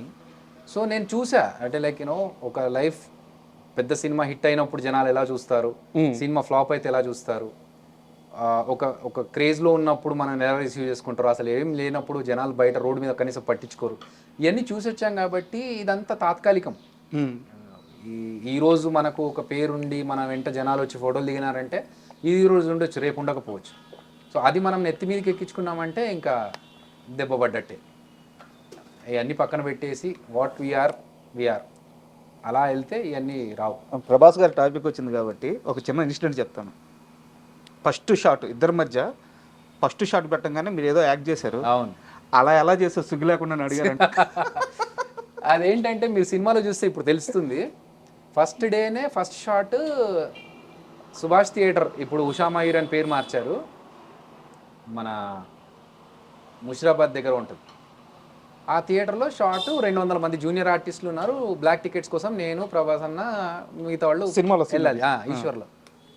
సో అక్కడ ఏంటంటే నాకు అంతకుముందు ఆ సీన్ చెప్పలేదు. డైరెక్ట్గా స్పాట్లో జయంత్ గారు పిలిచి ఈ షాట్లో ఏంటంటమ్మా నువ్వు ప్యాంట్ తీసి లోపల నీకు బాక్సర్ షార్ట్స్ ఉంది కదా అందులో డబ్బులు ఉంటాయి, ఆ డబ్బులు తీసి టికెట్ తీసుకోవాలన్నారు. ఓకే అన్న, నాకు సిగ్గా పాడా మనకు అప్పుడు, ఇప్పుడంటే కొంచెం షై ఫీలింగ్ అని. అప్పుడు ఓకే సార్ అన్నాను. ప్రభాస్ అన్న చూస్తా ఉన్నారు. ఓకే టేక్ అన్నారు. Ready, okay. ఆవిడ ఎవరు లేడీ వచ్చింది బ్లాక్ టికెట్స్ అమ్ముతున్నప్పుడు ఒక్క నిమిషం అని చెప్పి టక్కన ప్యాంట్ తీసి లోపల చెడ్డీలోంచి డబ్బులు తీయడానికి ట్రై చేస్తూ ఉంటాను. వచ్చిన తర్వాత ఈ లోపల వేరే వాళ్ళు టికెట్ తీసుకుని వెళ్ళిపోతారు. అయిపోయిన తర్వాత నీకు సిగ్గు అనిపించలేదా ఇంతమంది ముందు అలా ఇలా తీసేవన్నా? సిగ్గా అసలు ఏముంది ఇందులో సిగ్గుపడ్డానికి? అంటే అసలు కాన్షియస్ లేదు, చుట్టూ జనాలు ఉన్నారు, కెమెరా ఉంది, ఏం పట్టించుకోలేదు. ఫస్ట్ టైం యాక్టింగ్ అవకాశం రావాలని చూస్తున్న వాళ్ళకి ఒక అవకాశం వచ్చింది, ఇంకంతే. ఆయనకి డైలాగ్ చెప్పడానికే సిగ్గు. ఆయన సిగ్గుపడతారు బాగా సిగ్గరి. సో అప్పుడు ఓకే, ఇంకా ఇప్పుడు కొంచెం ఎక్కువ సిగ్గు, కానీ అప్పుడు ఇంకా కొంచెం ఇంకా ఎక్కువైందా? ఇప్పుడు ఎక్కువైంది. అప్పుడు ఏంటంటే మేము షూటింగ్ లేకుంటే బ్రేక్ ఉంటే మేము అలా పక్కకి వెళ్ళిపోయి అక్కడ అరుగులు ఉండేవి ధూల్పేటలో, అరుగుల మీద కూర్చునే వాళ్ళం సరదాగా. మేము కూర్చొని మేము మా ఆటలు మేము ఆడుకుంటూ ఫుల్ ఫన్. అసలు ఎక్కడ ఇంత సిగ్గుపడేవాళ్ళు కాదు. ఇప్పుడు వస్తూ వస్తూ ఇంకా సిగ్గుపడుతుంది. అంటే 22 సంవత్సరాల క్రితం జర్నీ అది. కట్ చేస్తే మన బాహుబలి 2లో ఆయనతో పాటు కలిసి అసిస్టెంట్ డైరెక్టర్గా సినిమా కట్ చేశారు. అంటే ప్రభాస్ అంటే మనిషిలో ఎలాంటి మార్పు రాదు, ఒక కింగ్ ఎలా ఉండాలో ఎలా బతకాలో అలాగే బతుకుతుంటాడని చెప్పి అందరూ ఆయన గురించి నెగిటివ్గా చెప్పిన ఒక్క పర్సన్ లేదు. సో మీరేం గమనించారు ప్రభాస్ గారిలో? ఏమన్నా మార్పు వచ్చిందా లేకుంటే అలాగే ఉన్నారా? చెప్పాక సిగ్గు ఎక్కువైంది. ఇంకా అప్పుడున్నట్లే లైక్ యూనో ఒక చైల్డ్, ఒక చిన్న అబ్బాయి మనస్తత్వం ఎలా ఉంటుంది అంటే ఏ కల్మషం లేకుండా వాడికి హామ్ చేయాలి, నేను ఏదో ఇలా చూపించుకోవాలి, అలాంటివి ఎప్పుడు లేదు. సరదాగా ఉండి అక్కడ ఉన్న స్టాఫ్ అందరితో కామెడీ చేసుకుంటూ. ఒక చిన్న ఇన్సిడెంట్ చెప్తా. ఆయన అంత పెద్ద హీరోలతో ఎక్కువ మందితో చేసింది లేదు, కానీ మామూలుగా ఆయన స్టేచర్కి ఒక క్యారవాన్లో దిగకుండా షార్ట్ ఉన్నప్పుడు మాత్రమే బయటకు వచ్చి చేసుకోవాల్సిన స్టేజ్లో ఉన్న పర్సన్ సరదాగా వచ్చి అక్కడ కూర్చొని అందులో వాళ్ళ టీం మెంబర్స్ వేసే జోకులకి నవ్వుతూ, చిన్న పిల్లోళ్ళు అయితే ఎలా ఎంజాయ్ చేస్తారో అలా ఎంజాయ్ చేస్తూ, అందులో ఒక అతన్ని కామెడీగా నీళ్ళలో దోసేస్తారు వీళ్ళు ఎవరో. ఆ నీళ్ళలో పడితే ఈయన ఎంత షాక్ అయిపోయాడంటే ఈయన లేచి ఈయన దూకి తీసుకొద్దామన్నంత లేచి నిలబడి రెడీ అయిపోయాడు. ఏమైపోతుందని. ఈ లోపల పక్కన వాళ్ళు ఆపి ఉండండి అని చెప్పి వాళ్ళు దిగి బయటకు లాగారు. బట్ పెద్ద డెప్త్ ఏం లేదు అది, కానీ అంత అంటే తనను నమ్మి తన చుట్టూ ఉండే వాళ్ళని అంత ప్రేమిస్తారు. సో అది మంచి క్వాలిటీ. అండ్ ఎప్పుడు కూడా తను సూపర్ స్టార్ అని చూపించుకోలేదు. అది రాజమౌళి సార్ అంటే ఒక ఇండస్ట్రీ మొత్తం, ఇండియన్ ఇండస్ట్రీ మొత్తం ఆయన వైపు తలెత్తి చూసుకునేంత చేశాడు ఆయన. అవును, ఒక విజనరీ. ఆయన ఒక సీన్ తీస్తున్నాడు అంటే దాని స్కేల్ ఏ రేంజ్లో ఉంటుందో ఎవరు ఊహించలేరు. అలాంటి ఆయన దగ్గర అసిస్టెంట్గా చేసి అక్కడి నుంచి మీరు ఏం తెచ్చుకున్నారు? ఆయన దగ్గర డిసిప్లిన్ ఫస్ట్ నేర్చుకున్నాను. మనకున్న కొంచెం ఇంకొంచెం షార్ప్ అంటే మనకు ఆల్రెడీ కొంచెం వచ్చిన దాన్ని ఇంకెవరన్నా బాగా చేస్తున్నారంటే అరే ఇది ఇంకా నేర్చుకోవచ్చు అన్నలాగా డిసిప్లిన్ బాగా నేర్చుకున్నాను ఆయన దగ్గర. And perfection. సో పర్ఫెక్షన్ అనేది రాజమౌళి గారి దగ్గర చాలా, అంటే ఒక టేక్ కరెక్ట్గా రాకపోతే ఎన్ని టేక్స్ అయినా తీసుకోవాలనే పర్ఫెక్షన్ ఆయన దగ్గర ఉంది. ఇప్పుడు మాకున్న బడ్జెట్లో అది పర్మిట్ చేయదు, కానీ చేసిన వరకు ఎలా చేయాలి, ఎంత బాగా చేయాలి, క్రియేటివ్గా దీన్ని ఎలా చూపించవచ్చు. ఇప్పుడు మనం ఒకటి అనుకుంటాము, అక్కడికి వెళ్ళిన తర్వాత అది లేకపోతే ఇప్పుడు అది వచ్చేదాకా నేను చెయ్యను అనుకోకుండా దాన్ని ఇంకో రకంగా ఎలా చూపించవచ్చు. అలా యూనో ప్లాన్ బి కావచ్చు, లేకపోతే క్రియేటివ్గా ఇమ్మీడియట్గా దాన్ని మార్చుకొని ఇంకోలాగా చేసుకోవడం, ఇవన్నీ క్రియేటివ్ థింగ్స్. ఇండియన్ సినిమా హిస్టరీలో ఎవ్వరూ పెట్టనంత డబ్బులు ఖర్చు పెట్టి బాహుబలి తీశారు. బాహుబలి 2 తీశారు. బాహుబలి కానీ బాహుబలి 2 కానీ అక్కడ అన్ని కోట్లు ఖర్చు అవుతుంటే అసిస్టెంట్ డైరెక్టర్గా చేసిన నాకు డబ్బులు వద్దు అని చెప్పి మీరు అంటే ఒక ఆ యూనివర్సిటీ డబ్బులు మీకు ఇస్తే ఏమొచ్చింది? ఒక యూనివర్సిటీకి వెళ్తే మనం నేర్చుకోవడానికి వెళ్ళినప్పుడు మనం ఫీజు కట్టాలి. మనకు నేర్పించినందుకు వాళ్ళు డబ్బులు ఇవ్వకూడదు. సో నేనేంటంటే నేను నేర్చుకోవడానికి వెళ్ళా అక్కడ. నేనేదో పని చేసి వాళ్ళకి పని చేసి పెట్టి వాళ్ళ పని తగ్గించడం కాదు. నేనే అడిగి నేను ఈ పని నేర్చుకోవాలనుకుంటున్నాను, మీ సినిమాలో పని చేస్తే నాకు ఒక ఎక్స్పీరియన్స్ వస్తుంది, ఆ ఎక్స్పీరియన్స్ నేను ఎంజాయ్ చేయాలనుకుంటున్నానని నా అంతకు నేను వెళ్ళాను కదా. సో అలాంటప్పుడు నేను డబ్బులు తీసుకోవడం కరెక్ట్ అనిపించలేదు. చెక్ కూడా రాసేస్తే వద్దన్నారంట. అంటే చెప్పా కదా, మనకు నేను నేర్చుకుంటున్నప్పుడు నాకు అది ఆ విద్య నాకు రావాలంటే ఆ డబ్బులు తీసుకుంటే నాకు అది కరెక్ట్ కాదండి. ఇప్పుడు మన సినిమా చిరంజీవి ఏదైతే సినిమా రిలీజ్ అవుతుందో బాహుబలి డైరెక్టర్కి కానీ బాహుబలి హీరోకి కానీ లేదా రానా గారికి కానీ వీళ్ళలో ఎవరికన్నా ప్రొడ్యూసర్కి కానీ ఎవరికన్నా వెళ్ళి కలిసారా ఇలా నేను ఒక సినిమా తీశాను సార్ అని చెప్పేసి? లేదు, రాజమౌళి గారికి మెసేజ్ పెట్టాను, ఆయన ఆల్ ది బెస్ట్ చెప్పారు. కానీ నేను పర్సనల్గా వెళ్ళి అంటే సేమ్ థింగ్, ఇబ్బంది పెట్టడం ఎందుకు అనుకునే వ్యక్తిని నేను. మనం వెళ్ళి దాని గురించి చెప్పి వాళ్ళ దగ్గర బయట అడగడమో లేకపోతే ట్వీట్ అడగడమో అనేది ఇబ్బంది. వాళ్ళు ఏంటంటే సినిమా బాగా వచ్చిన తర్వాత సినిమా బాగా వచ్చింది అభి అని నాకు చెప్తే చాలు. వాళ్ళు చూసి వేరే సినిమాలు చూసినట్టుగా నా సినిమా కూడా చూసి బాగా వచ్చింది అభి, నువ్వు బాగా చేసావు అని చెప్తే చాలు. అదే నాకు పెద్ద ఇది. అంతే తప్ప నేను వెళ్ళి వాళ్ళని అంటే ఇన్ఫర్మేషన్ అయితే ఇచ్చా చేస్తున్నానని చెప్పి, కానీ దాని ద్వారా ఏదైనా అడ్వాంటేజ్ తీసుకోవాలని మాత్రం అనుకోలేదు. దేవుణ్ణి బలంగా నమ్ముతారా?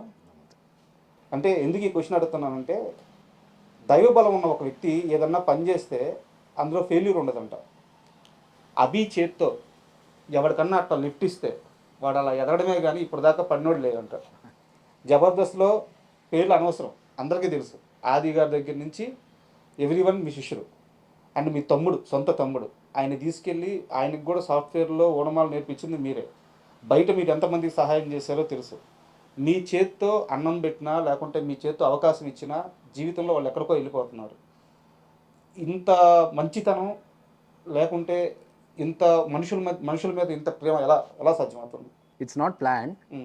మనకేంటంటే ఇప్పుడు నాకు ఎవరైనా హెల్ప్ చేస్తే నేను ఎంత హ్యాపీగా ఫీల్ అవుతానో, మనం ఇంకొకరికి హెల్ప్ చేస్తే వాళ్ళు కూడా అలా ఫీల్ అవుతారు కదా.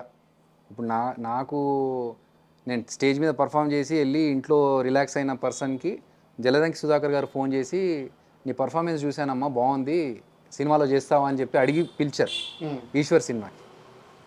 సో అలా నాకు ఒక అతను లిఫ్ట్ ఇచ్చి ఆయన నా గురించి సినిమాలో ప్రమోట్ చేశారు కదా.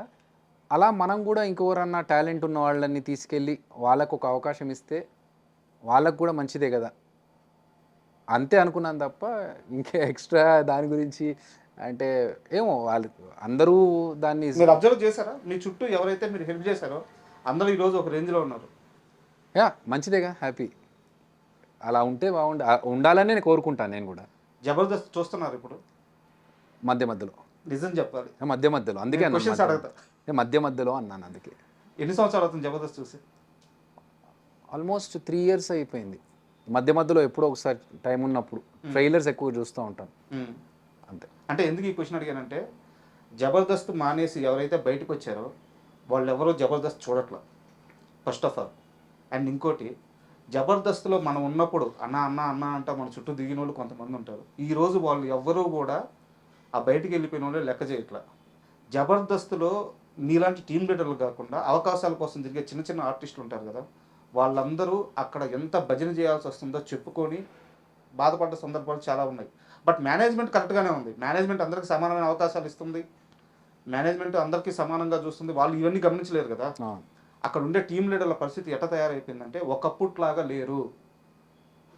ఒక వేణన్న కానీ, ఒక అభి అన్న కానీ, ఒక ధనరాజు కానీ, ఇప్పుడు ధనరాజు గారు రీఎంట్రీ ఇచ్చిన ఎప్పుడైతే మీరు ఫస్ట్ తరం ఉండిందో అలా టీం లీడర్స్ లేరు. జబర్దస్త్లో వాతావరణం అంతా చెడిపోయింది.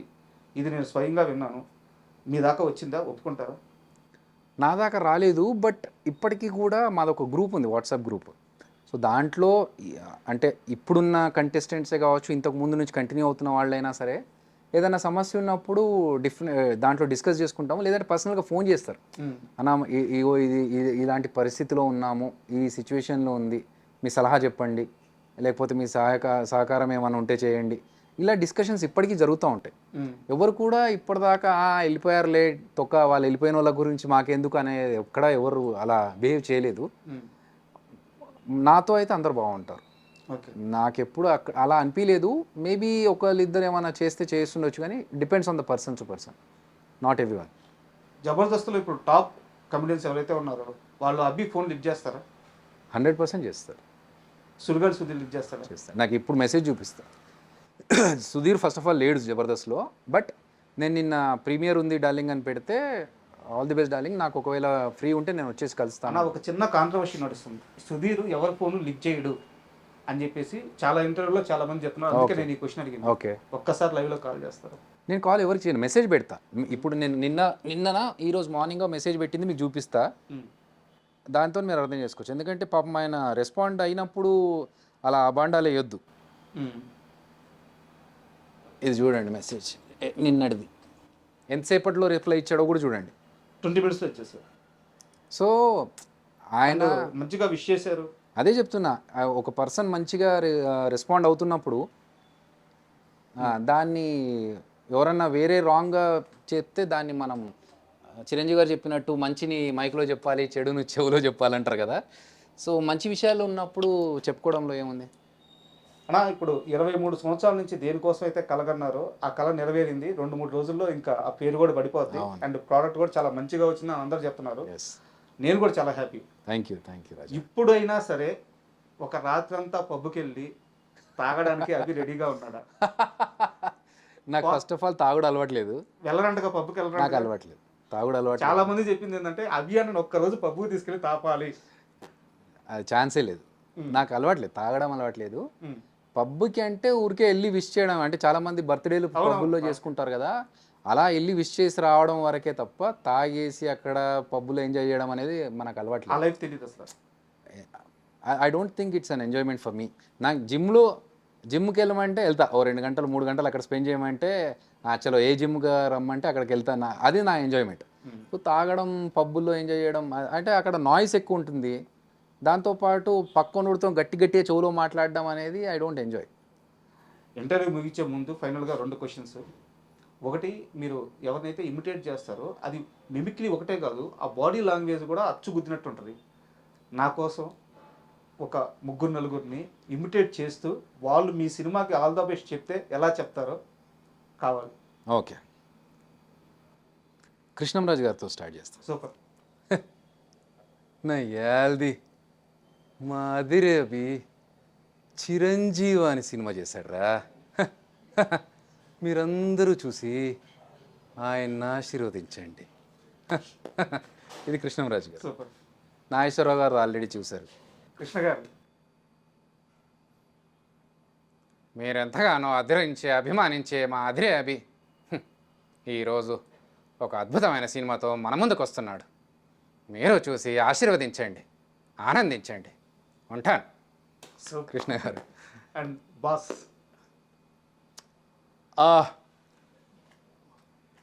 మీరు చూస్తూనే ఉన్నారు, నేనంటే చాలా అభిమానం మా అభికి. మీరు కూడా జబర్దస్త్లో ఎలాగైతే ఆదరించారో, ఎంతగా అభిమానించారో అంతే అభిమానం ఈ సినిమాకు కూడా చూపించండి. అతనికి ఆల్ ది బెస్ట్ చెప్పండి. ఉంటా. సూపర్. అండ్ ఫైనల్గా మీ సినిమా గురించి ఆడియన్స్కి ఏం చెప్తారు ఒక్క వర్డ్లో, అండ్ ఎంత కాన్ఫిడెంట్గా ఉన్నారు? నేను నిన్న నైటే ఫుల్ మూవీ చూసాము, అంటే అన్ని సౌండ్ లెవెల్స్ అన్నీ చెక్ చేసుకోవడానికి. ఆహా కంటెంట్ హెడ్ మేము అందరం కూర్చొని చూసాము, చాలా కాన్ఫిడెంట్గా ఉన్నాము. రాజ్ తరుణ్ గారికి ఇమ్మీడియట్గా ఫోన్ చేసి, భయ్యా ఇది ఏదో ముఖస్థుతి కాదు, చాలా బాగా వచ్చింది సినిమా, చాలా హ్యాపీగా ఎంజాయ్ చేస్తున్నాము, ఆడియన్స్ కూడా డెఫినెట్గా ఎంజాయ్ చేస్తారు అని చాలా కాన్ఫిడెంట్గా ఉన్నాము. ఆడియన్స్కి ఏంటంటే చాలా సిన్సియర్గా, చాలా ఆనెస్ట్గా, నిజాయితీగా ఈ సినిమా చేశాము. మిమ్మల్ని ఎంటర్టైన్ చేయడానికి నేను ఎలా కష్టపడ్డాను, ఎంత ఎఫర్ట్స్ పెట్టి ఈ సినిమా చేశానని చూడడానికైనా ఈ సినిమా చూడండి. నేను జబర్దస్త్ టీమ్ లీడర్గా చేస్తున్న అదిరే అభి డైరెక్షన్ చేస్తే ఎలా ఉంటుంది, ఇటు చేయగలడా లేదా అని చెక్ చేసుకోవడానికైనా మీరు సినిమా చూడండి. మీకు నచ్చితే గనక ఇంకో 4 చెప్పండి. సినిమాని ఆశీర్వదించండి, నన్ను ఆశీర్వదించండి. Thank you. Thank you. అడగంగానే ఇంటర్వ్యూ ఇచ్చారు, అండ్ ఈ సినిమా సక్సెస్ తర్వాత మన ఇద్దరం ఇలాగే కూర్చొని మరో ఇంటర్వ్యూ చేయాలని మనస్ఫూర్తిగా కోరుకుంటున్నాను. And thank you all the best. Thank you so much, thank you so much. And for more videos, Please subscribe to iDream. Please subscribe to iDream. Please subscribe iDream. And please subscribe to iDream. For more videos, subscribe to iDream. please like, share and subscribe to the channel. Congratulations, iDream. Subscribe to iDream. Subscribe to iDream.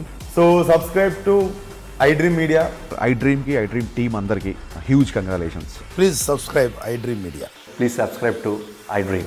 Subscribe iDream. Please subscribe to iDream. iDream అంటే నా కళల ఛానల్ను subscribe చేసుకున్న నోరు తిరుగుతలేదు, మీరైతే గంట గుర్తు కొట్టండి. For more such videos, please subscribe to iDream.